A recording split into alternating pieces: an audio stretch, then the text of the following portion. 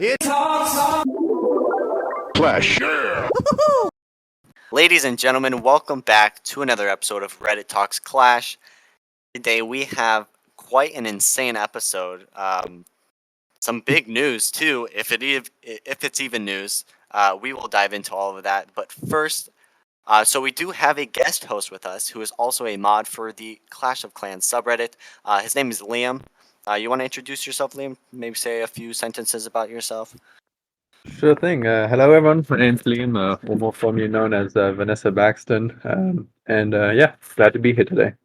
I do have to tell you guys, and the people in the audience, because I think it's so interesting. So it is 2 a.m. for me right now because Sam chose the time for this episode. And I wanted to be able to really express myself in my voice. So I drove down to work and I'm sitting at my work right now. Maybe I shouldn't say this publicly, but I'm after hours, 2 a.m. in my office recording this episode. So it's pretty dedication to my craft. What can I say? Just to start us off, a quick big news thing.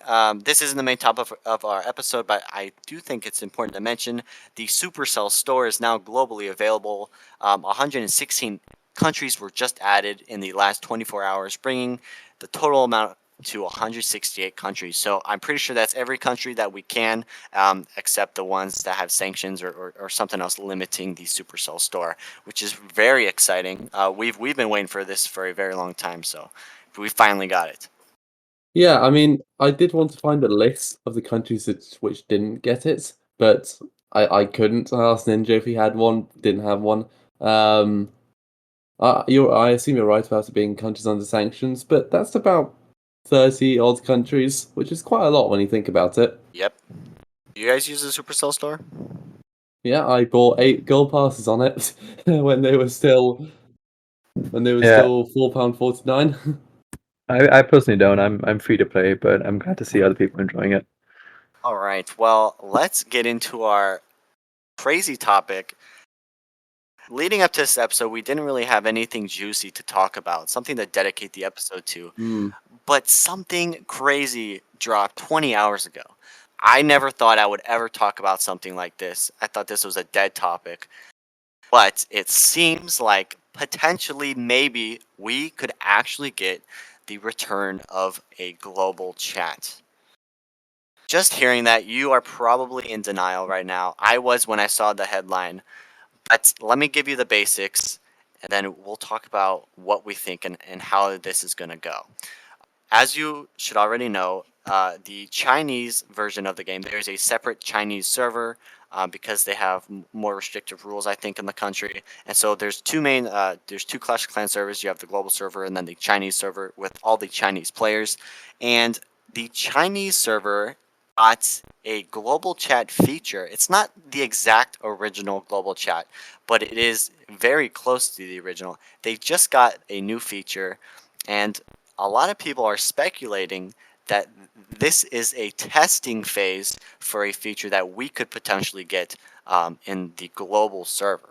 And how the feature works is it's all through a magic item. So you have a magic item which is called a magic horn, and that basically lets you send one message in a global chat room or something like that.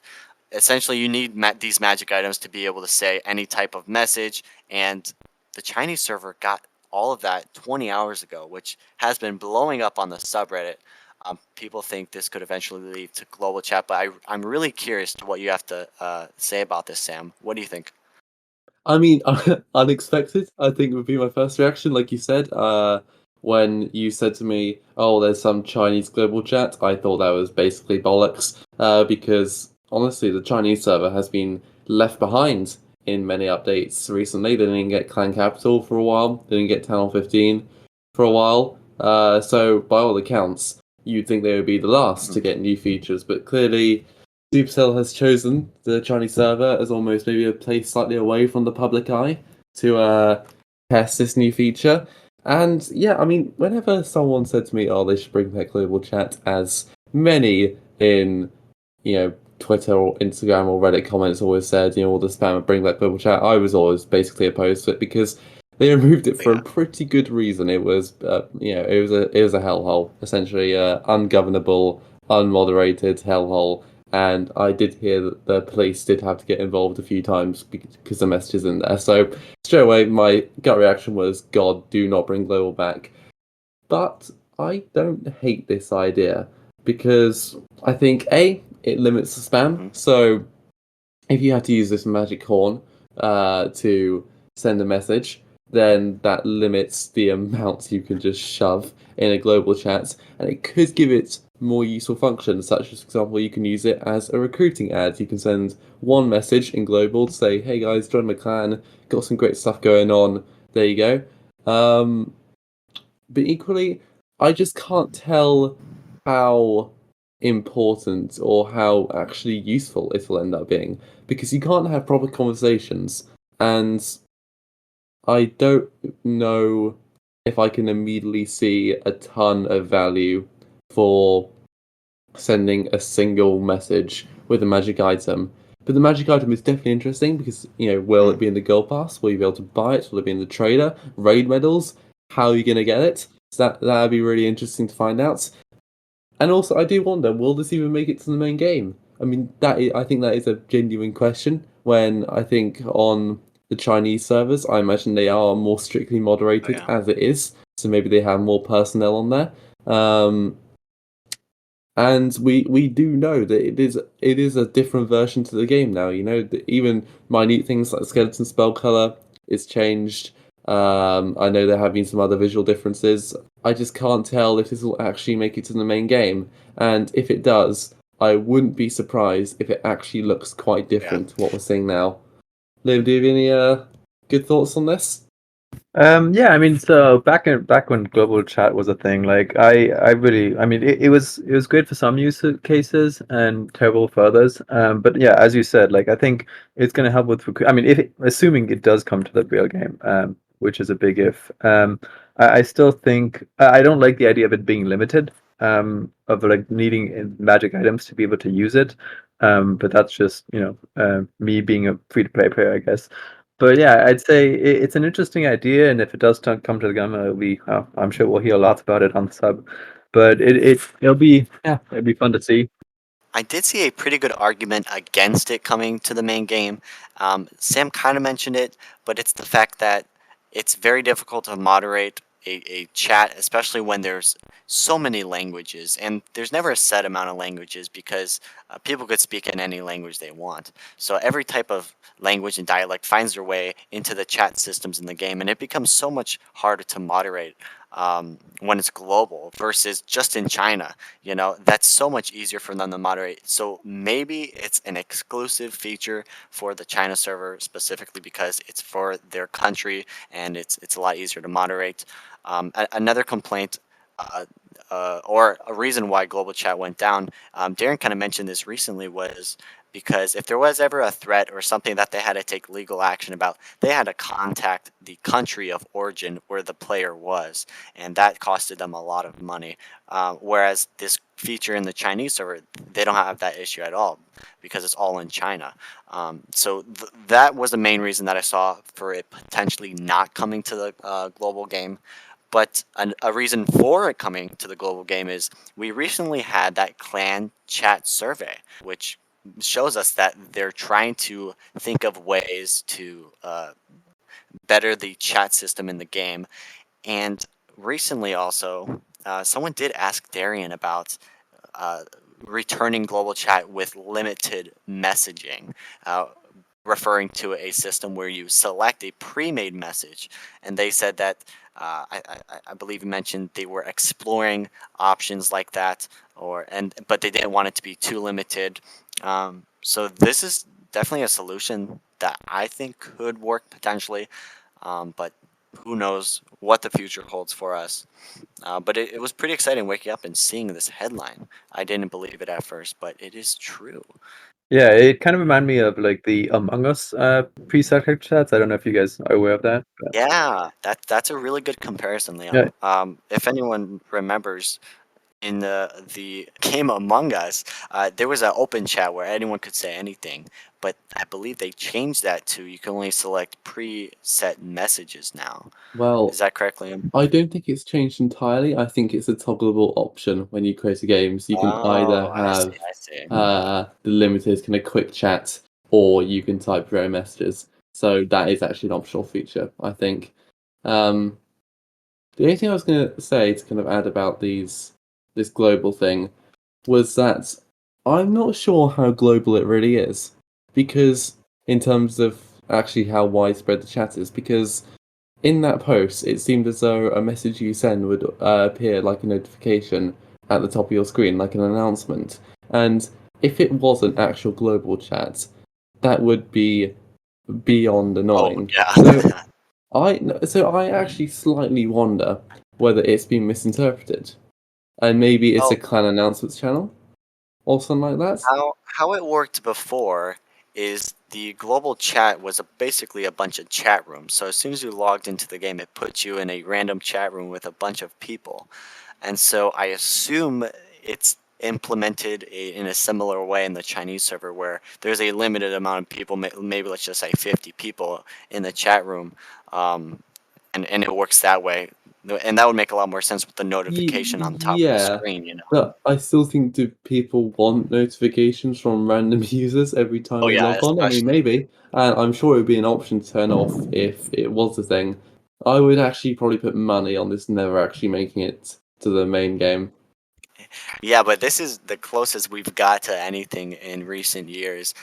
Like I mentioned before, it's been a pretty dead conversation. No one really wants to talk about it, and it's very draining, especially when you see all the comment sections on social medias, just asking for global.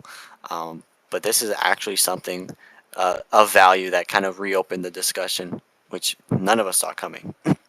Yeah, poor Darian has been like responding to global requests back since the beginning of Oh my time. gosh, So yeah. He should get some sort of bonus for every time he has to answer that same question. That would be very funny.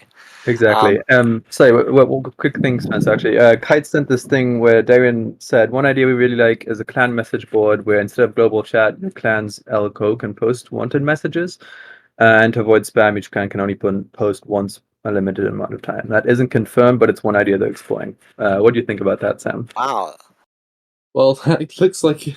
I mean, I don't want to assume anything, but could that be what we're seeing right now on this supposed global chat? Does Because you get a notification, you get one message to send out, potentially clan adverts.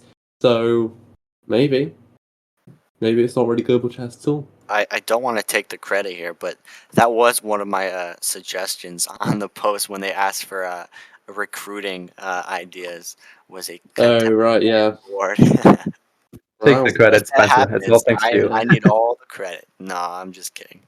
Spencer influencing Supercell policy decisions. See, the thing Nah, is, they could take any of even if my you ideas. did directly inspire them, I don't think they'd ever admit it, because then you But yeah, might be entitled to um some Compensation. sort of to be fair, compensation. Yeah. that idea is way too generic. I feel like anyone could kind of come up with that, Yeah. so it would hold no value in court. But let's get this conversation moved on to another topic. Hmm. And this is a topic that a lot of people have been talking about recently on the subreddit. I've seen a lot of posts complaining about this issue, and that's about the monthly challenges in game are maybe too difficult for some people. What do you think about that, Sam? I mean, I strongly believe that yes, they are. I mean, if you take the most recent challenge, so originally this was the is this the Future Queen challenge that we just got? Yes. Originally, that challenge base, had four monoliths in the center, right? They have since removed the monoliths and replaced them with arch towers, but in the meantime, it did spark a very good discussion on the subreddits, like you said, about whether these challenge bases are simply too hard. Because if we, I say, wind back about a year ago, we were getting challenge bases that were actually quite easy in a way. Some of them Oh you could yeah. spam, you could figure them out quite quickly, or they were actual just pro bases. Like when Clash Bowls was on, they were posting Qualifier. bases with qualifiers. Yep, they were posting qualifier bases with the attacks that the pros used to attack them, and you were expected to try have a stab yourself. And I really enjoyed that because at the time I don't think I was a Tower 14, or maybe I was, but I wasn't maxed. And there'd be many people who weren't near the top town halls that got to experience, what it was like in the upper echelons. But now I think the challenges have got a little bit out of hand because I think it's fair to say that most people now need YouTube videos to complete them. I mean, I haven't completed this most recent challenge because I looked at it and thought, okay, I could either sit here for a while agonizingly spamming my troops and trying to place them smartly in different places. But then, what will happen is, there'll be a huge air bomb farm that I didn't know, or there'll be a bunch of Teslas and I don't know how to deal with them. And then I'm gonna have to end up watching a YouTube video. I think that really takes the fun out of a challenge if you have to always watch JudoSoft, watch Itsu, watch Carmen, watch whoever to complete challenges. Now, I do enjoy creative challenges, right? I think I enjoyed the challenge that we had last year for the Clash Fest, where you had to try move that sneaky goblin That was through awesome. the maze and try completing it in a fun time. That is a fun creative challenge which is easy to grasp, but actually turned out to be quite hard to get a really good time, right? And there were some really impressive times from that. And I think that's an example of a great challenge because that was really accessible, but it still has some skill expression. Whereas now, you can't complete challenges without watching a YouTube video. And that sucks. Because, it's not fun. And if your entire attack is ruined because you didn't place the right troop at the right minute seconds from your YouTube video watching, I mean, I can't see how that makes challenges engaging anymore. Yeah, I feel like there's four main issues, and you just talked about the challenging aspect of it. But the three other issues I see with these challenges, you kind of mentioned it, is the traps on the base. How are you supposed to plan out an attack if one trap can fail your entire attack, and then you have to attack again, or keep attacking until you find all these traps and kind of plan your strategy around that. What I really liked about these challenges was there was no countdown timer, so I could stare at this base as long as I wanted to plan out my attack. Hmm. But that doesn't really count for anything now if a simple trap can ruin your whole attack. So I do think that's another issue as well. And the two other issues is the rewards for the challenges. In the beginning, I feel like we did get some better rewards. I'm not saying give us a book of everything, but a hero potion or these potions, resource potions, I just don't see the value of. That's the main reason why I don't do these challenges, is because the reward for them is more on the weaker side. And the last reason I really think these challenges are losing their value is because the amount that we're getting. Uh, I feel like every month we're getting minimum two. In the beginning, they were a fresh new thing, and I think we got one every other month. So it was a fresh new thing, and now I feel like we just have challenge after challenge. And so in that sense, they kind of lost their value over time. What do you think about the challenges, Liam? Yeah, I mean, I definitely agree. Like, they've definitely become like harder, especially for like the average clasher, which I consider myself part of. But then again, like they do, like the reason I do them isn't like for the fun or to enjoy them. I do them just for the rewards, Like I gotta get every single potion I can get.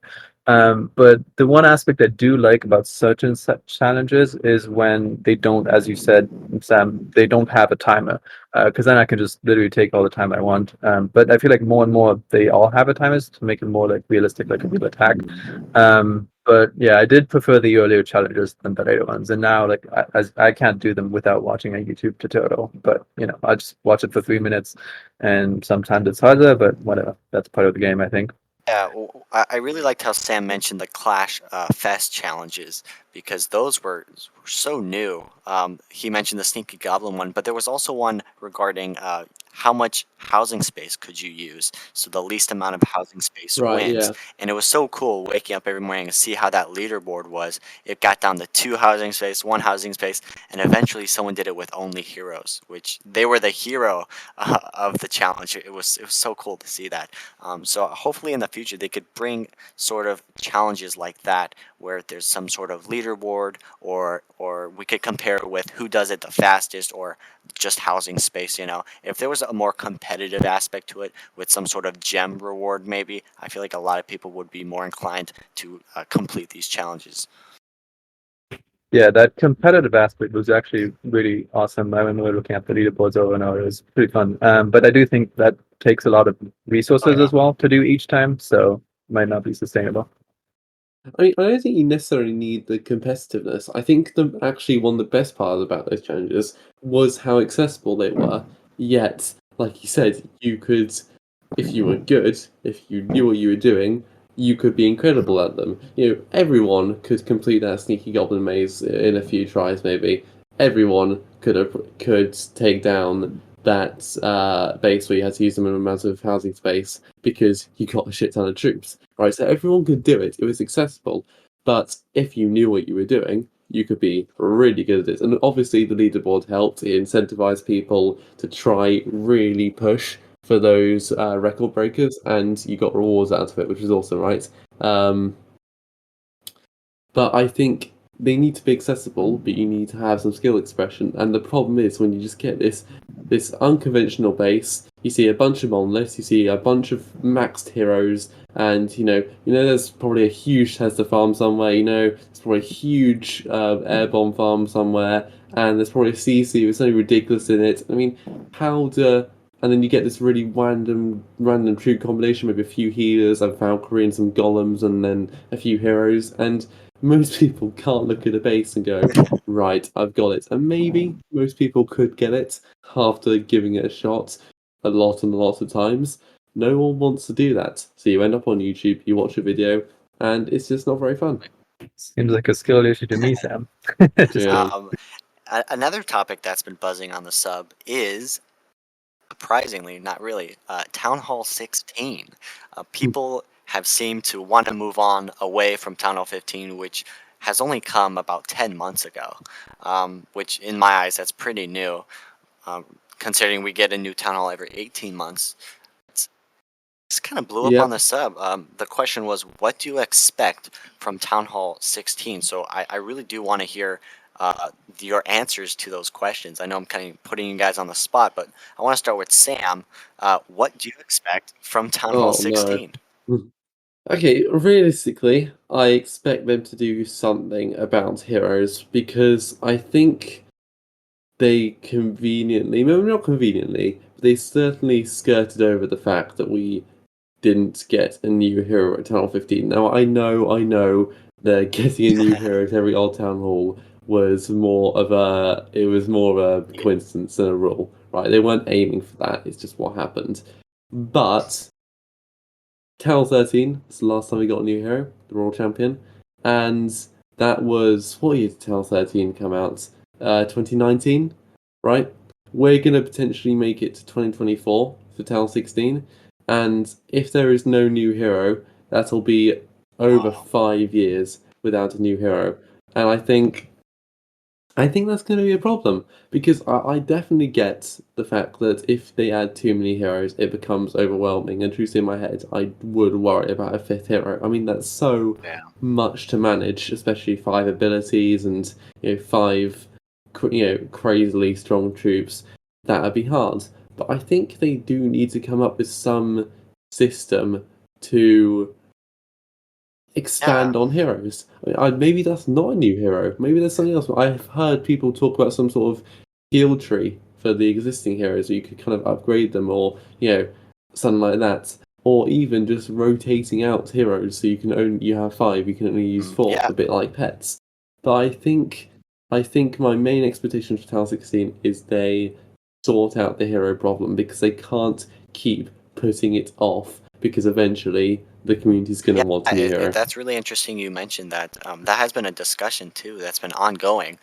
There's one side saying 4 heroes is enough, one side saying 5 heroes is too much, and I really do like that concept where you could only have 4 heroes at a time.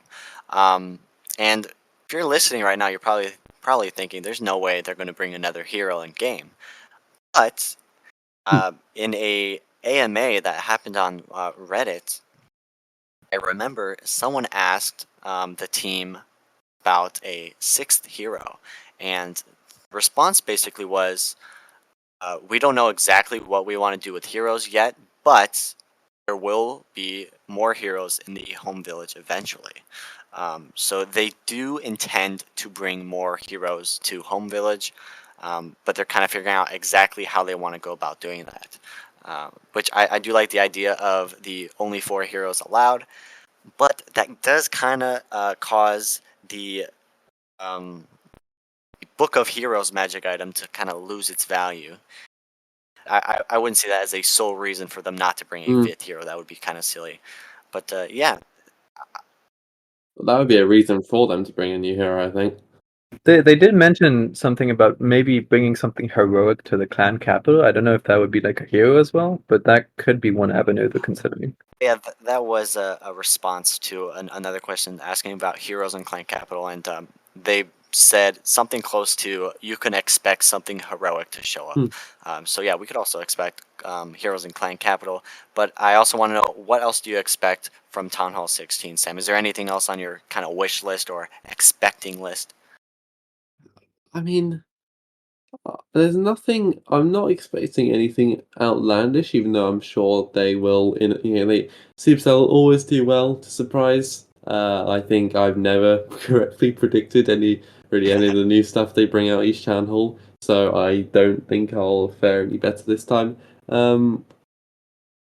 But Yeah, I Uh, remember a few town halls ago, I was thinking in my head, what else could they possibly bring to this game? I feel yeah, like it has everything. and they always And then manage it. the really cool idea of the monolith came and the recall spell. Those were 2 things I never would have thought of. So the game team is really good at coming up with new and innovative ideas for the game. I mean, I think one thing they will run into again is the whole 100 building limit. So we'll see Oh how they yeah. address that. So if they're gonna squash any buildings again, maybe they combine the barracks. Maybe they combine the army camps. I think that would be an easy one to do.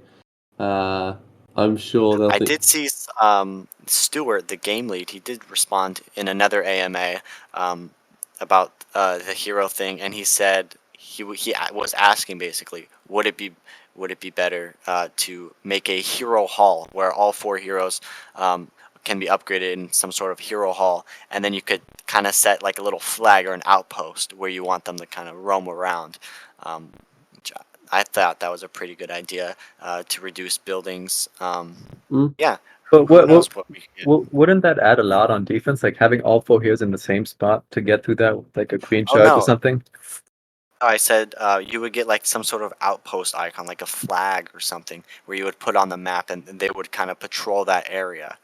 Oh right, okay. Essentially, it's like an altar, but it's not a building. It's more like a little flag or an outpost for them stationed at. Yeah, I mean, I think the altars though do provide some functionality at the moment because am I right in saying? I think I'm right in saying that if you destroy the altar, the hero can move anywhere in the map, chasing after your troops. Whereas if the altar is Gosh, there, they're kind of bound to the altar. So that could be. I would kind Uh, of zap all altars and then drag them to the corner and take them out. or maybe that was just how it used to work. I don't really know. I can't remember. I could be making that up entirely. I'm sure someone will correct me. Equally, I wouldn't mind if they just said screw the 100 building limit because I have still been a massive proponent that it's dumb and that they could just use decimal points for destruction percentage. But I think there is a limit to how much they can compress buildings or add stuff to other buildings. Like, for example, the weaponized builder huts. That was clearly a response to, oh, we don't want to add more buildings. We need to do Yeah, something. Let's weaponize builder huts. And I do remember lots of jokes, obviously, about Town 1000 having weaponized walls and stuff. But I mean, seriously, how long can Supercell go shrinking, compressing buildings, upgrading non-defensive buildings to defensive buildings? There's going to be a Kind limit, right? of. I mean, could they just do what they did with the builder base, like just have increase the percentage to 200% and then have like a second kind of map, or would that be too much? Oh, that would be too much, I think.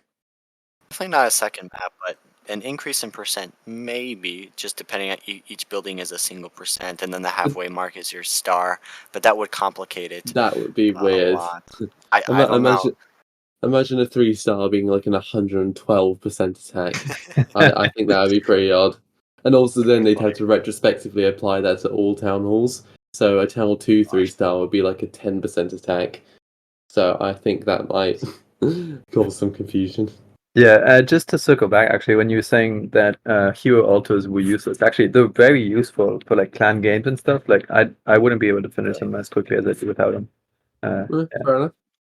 People really just go on Zap But 'em? that's what I do.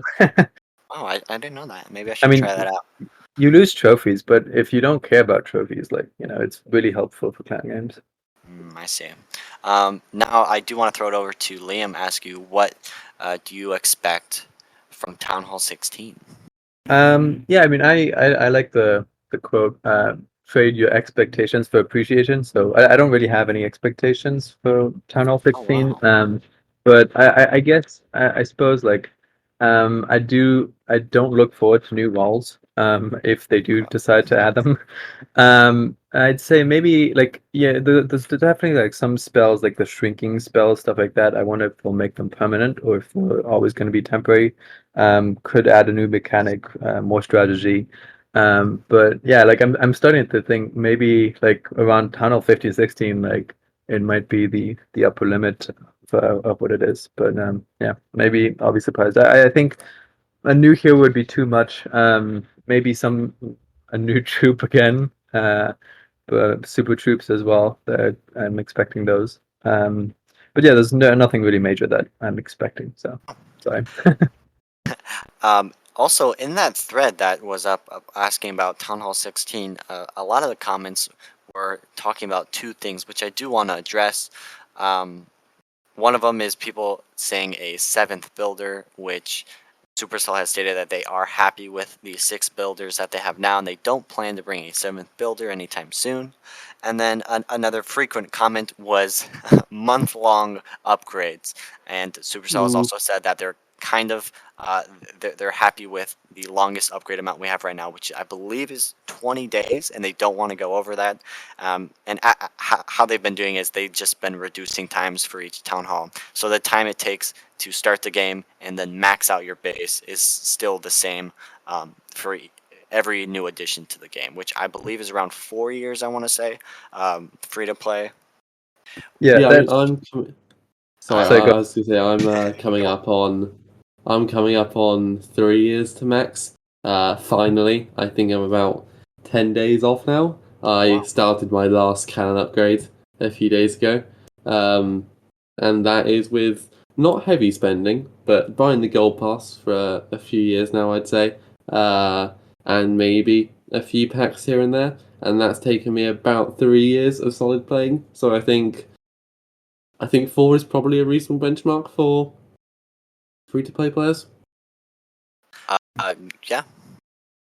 Sounds about right. Yeah, I mean that is actually one thing I do look for. Spencer, back to your question, is the reduction of timers for all the other town halls. So Yeah, and another comment that was on there was talking about an increase in the size of the home village map or something like that. And that has been a repetitive comment on the sub that I've seen a lot. So I do also want to address that a little bit. Um, what helps being a mod is I see all of the answers that Darian and Stuart, the game lead, give about the game. So they're all kind of in my brain. Hmm. And they have commented about this, and they basically said that they're happy with the size of the map right now, specifically because of phone size. But phone size is actually increasing, and has increased a substantial amount since 2012. So it does make sense to increase the map eventually. Um, but it does come What? with a weird cost, actually, and it is sceneries. Sceneries are specifically built for the size of the map right now. So if you were to increase the size of the map, that would kind of enlargen the scenery aspects. So it kind of make your village look tiny compared to the sceneries. So I don't expect them to increase the size at all, really. Well, I was just going to add that you say phone screen sizes have increased since 2012, but the map has got bigger since 2012. I am now struggling to remember which update it was or which town hall it was. I'd like to say 13 potentially, but the map definitely has Oh increased yeah, since 2012. And also, for example, my phone, I think the screen is about 6.5 inches, and if I zoom all the way out, I just can't see the whole base. So, and that's on quite a big phone. I mean, my phone is quite big, so I think shorter people on tablets, if they are right, if you increase the size of the map, it just will not fit on phone screens anymore. And also, it would also have issues in terms of time. I think they'd have to increase the amount of time you have for an attack, or do something about that. If the map size was to increase, as you physically got to get your troops around more area. yeah. So, and do they need it? Do we need more space yet? I'd say no. Yeah, it does not seem like if you do like if you make changes now, like it's going to be a long backlog for the programming, which I don't envy those who have to do that. Mm. And before we move on to the next topic, I also do want to mention a lot of people have also been talking about the town hall weapon on top of the town hall changing to maybe an eagle or a monolith, and I really do not see that happening at all. They they've mentioned before they are happy with the Inferno because everyone expected a new weapon when we transitioned to Town Hall 15. Um, we kept the Inferno at the top, which I'm fairly happy with, and they are too. What do you guys think about that? Yeah, I don't think they need to change the Inferno particularly. I think the only time they obviously had technically changed it was from the Mega Tesla to the Giga Inferno, or Giga Tesla to Giga Inferno, sorry. Um, but even then, that wasn't really a change. It was more an aesthetic change. As ultimately they kind of did the same thing. Um, I mean, obviously we've all seen the ridiculous mock-ups of an eagle Oh on top of gosh. the town hall and other silly things like that. But ultimately, I think everyone's now got used to that being the town hall defense, right? That's the Giga Inferno. And I think it'd be almost like upgrading the monolith and suddenly it turns into an entirely different defense that has a different functionality, right? I think everyone's very now used to the fact that that is what the town hall weapon is. It's the Inferno. It doesn't change, that's just what it is. And I'm all for them changing the appearance of it. For example, maybe at Town Hall 14, they could have made it shoot almost like poison beams because that was the kind of jungle theme of the town hall. Or maybe at Town 15 it could have been like a laser because it was a bit more futury kind of in a way. But I'm happy with it keeping the same functionality because I think that's just what the town hall defense is now. Yeah, I Yeah, agree. yeah, and about the eagle, like I mean, we did get the Capitol Hall, which is like the eagle artillery. So I don't think they'll be adding that as Town Hall 16. But yeah, I definitely don't want it to be a monolith because oh god, those things are awful. It's funny you said that. I remember the reveal of Clan Capital, and when I saw that eagle on top of that Capitol Hall, I was just amazed. I was like, "Oh my gosh, it's actually coming! The Giga Eagle Yeah. artillery." It was really cool seeing that. all Yeah. the all the memes they Yeah, finally come true. and that's definitely one of the strongest defenses in all of Clan Capital. It's really nice how it all worked out. Mm. Um, and now I do want to transition Oh, to the last main topic of the show, and that revolves around hero pets. I do want to start off by talking about another topic that has been frequent on the sub, and that is hero pet skins. And as I've been doing throughout this entire show, I have found a statement that Darian made a few years back in a interview he did, and at that time they didn't want to take that route because they feel like it would have been a more of a cash grab type situation rather than bringing genuine nice stuff to the game, which I agree. I personally do not want to see pets have skins because at that point it won't even look like how they do in game. They're also unique as it is. So I'm happy with it how it is now. What do you guys think? Okay, hear me out. Oh, Not necessarily pet skins that you purchase. Right, I agree. I wouldn't want to go into the shop and see the new oh $20 no. Lassie skin and then think, oh my god, what have you done? And it's just, slightly different texture.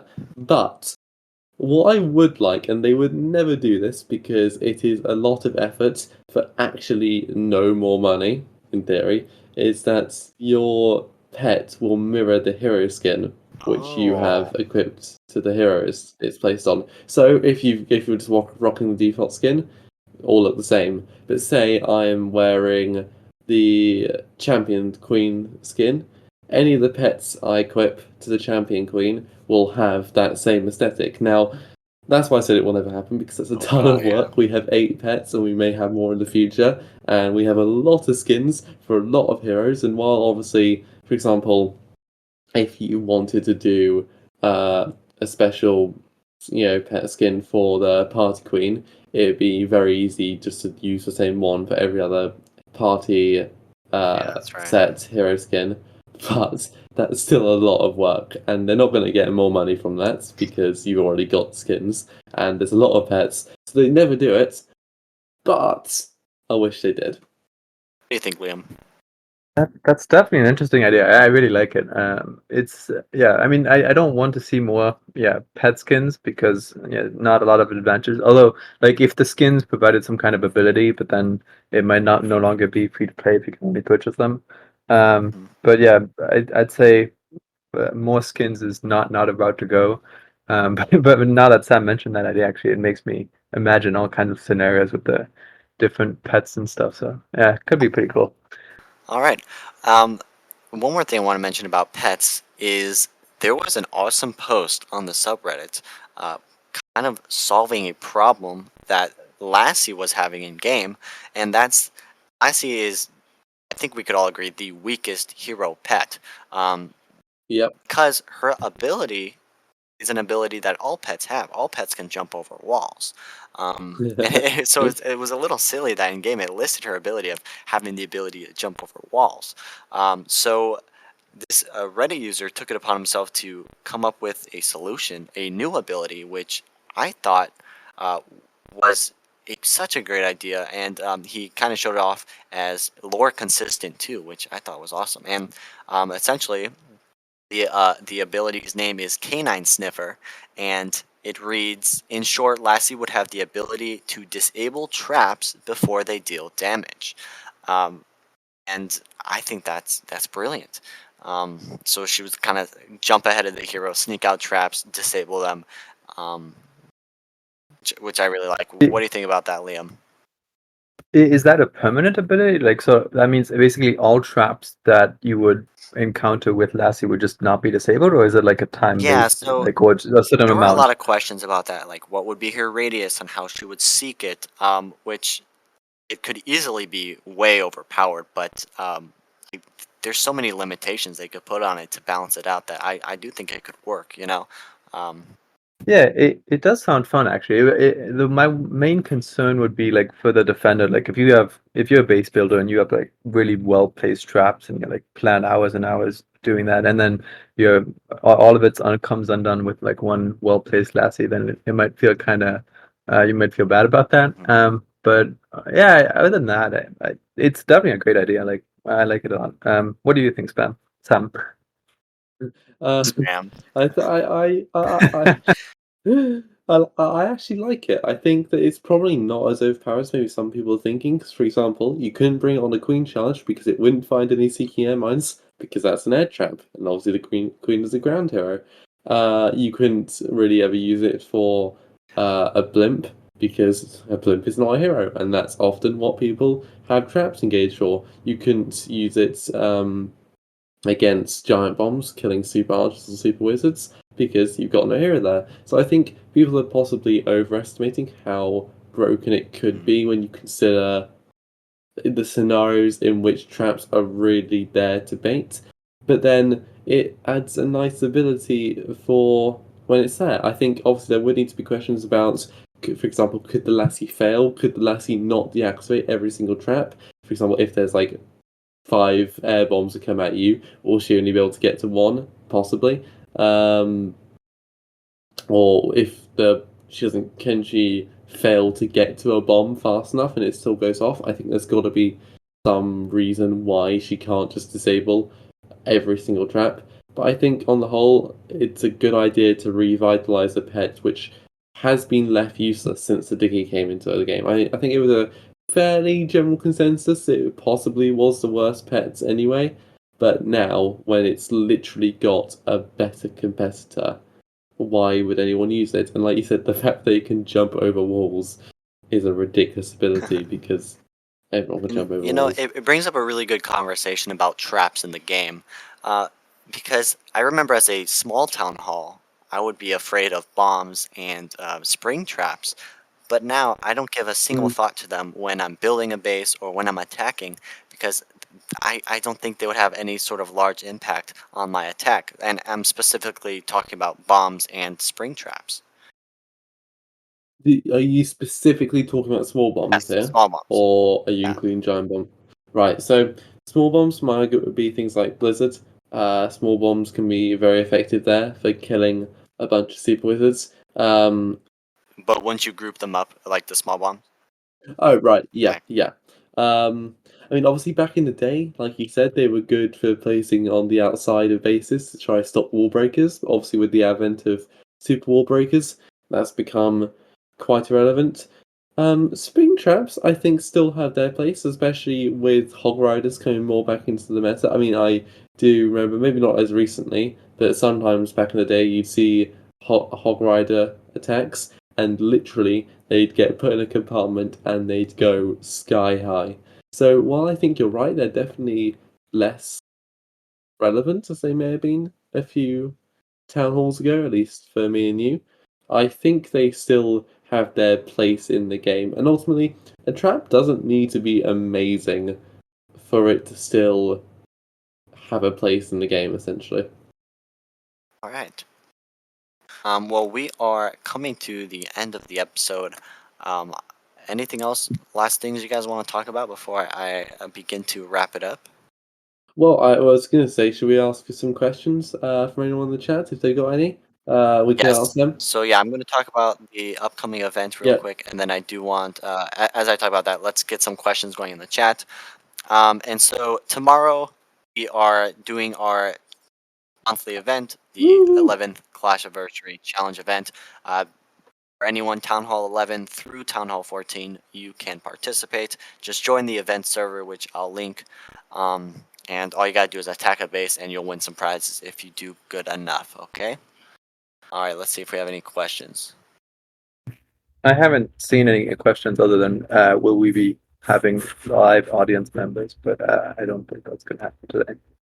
Well, the one time Rick did that on a Reddit Torts Clash, it went terribly. So I think that's the best. Was it actually terrible, or was it just Rick moaning on for hours? Well, Rick was quite drunk, so that may have affected it. Yeah, let's not. But maybe I was always, I want to think. I was always in theory open to it, but it's never felt like the right time. So we'll see. Yeah, I wouldn't want to start that today. Yeah, no, fair enough. Yeah, I think it would be a catastrophe. Let's go through and give our last shout outs. Sam, do you have any shout outs? I'd like to give a shout out not to Quilt, who's in the chat right now, because he's rubbish. I would like to give a shout out though to Paul, my clan leader, who's also listening, for being a great model of what a good clanmate looks like, unlike Quilt, who is terrible. Thank you. Liam, any shout outs? Yeah, so I'd like to shout out first of all the Pineapple and Thorn podcast. They recently had me on as a live audience member, so that was very fun, and then Clash Tours as well. They do great podcasts over there. And then as well, I'd like to, I mean, maybe I'm stealing your shout out, but shout out the 12 audience members we have live here. Thank you so much for joining. You know, Liam, I do have to ask you a question, and you better give the correct answer. And that question is, what is the best Clash of Clans podcast? Reddit Talk Slash, obviously. That is all the right. right answer.